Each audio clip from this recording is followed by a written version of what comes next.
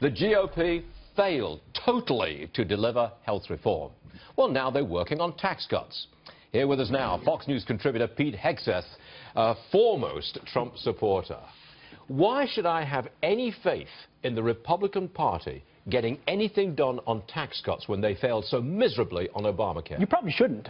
This is at the feet of Senate Republicans. This is at the feet of Mitch McConnell. This is at the feet of John McCain. This is at the feet of people who yelled and screamed for years about a full repeal of Obamacare. Then when given a chance to vote on it, some reversed themselves, and they couldn't even pass a removal of the individual mandate. Right. If you're a conservative or a Republican, how can you be for forcing people to buy something? The fact that they can't even get a skinny repeal passed lays at their feet. This president was ready to do it. It's on Republicans. If they lose majorities, it's their fault, not the president. You're a principled Trump supporter. You don't lay any of the blame on this on President Trump. Remember, his tweets have created chaos in the White House. Tell me why a tweet should prevent a senator from voting the right way on something they've been standing up for forever. Right before the vote last night, he tweeted about Alaska Senator Lisa Murkowski and said she was letting the country down. Right before he needed her vote.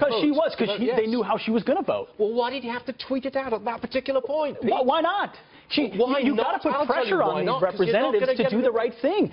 Clearly, their constituents aren't putting enough pressure on. Clearly, the RNC isn't doing the kind of work they should. The White House has to do it. Lisa Murkowski's been voting with Democrats for a long time, more than she's voted with Republicans. Her and Susan Collins, they can basically have them. We know we need them in order to get to 50, and they voted once the right way procedurally. But otherwise, where have they been?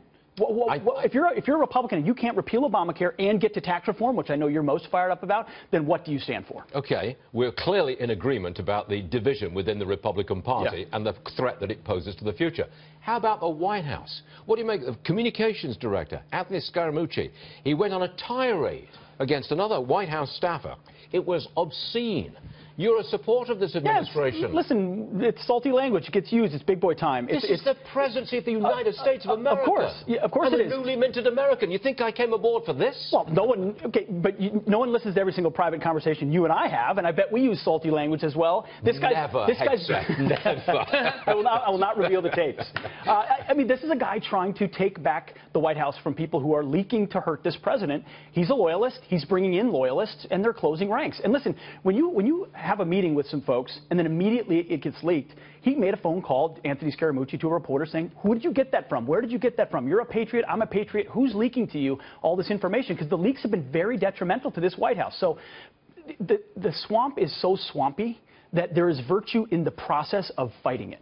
And I know people want to say, just move on to your agenda. You can't get your agenda done if all these leaks are happening, if your staff is undermining you, if the media is all against you. So he's got to fight on all of these fronts. And for Republicans to abandon him on some of those fronts means they're not doing enough to support a Republican president advance a real agenda. Do you think we'll ever get used to this president?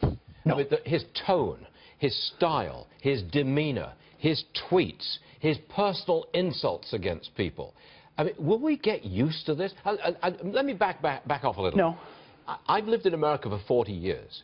I've never seen anything like this. Ever. Not even close to anything like this. Fair enough, but we've never seen a moment like this in America either, where America required and needed a fighter who was willing to say and do the things that no one's been willing to do. Washington has worked a certain way for 40 years, and that's why we have $20 trillion in debt. This guy is a disruptive force. This guy says what he means and means what he says. And he's bringing in someone like Anthony Scaramucci who's going to swing just like he does, as opposed to RNC loyalists. I think Sean Spicer and Reince Priebus are fine people, but are they really going to the mat for this president or not? And he wants people that are going to go to the mat with him and for him because he's fighting for this country. If that's what's at stake, then why are we apologizing and glad-handing with Democrats on the Senate floor like John McCain is?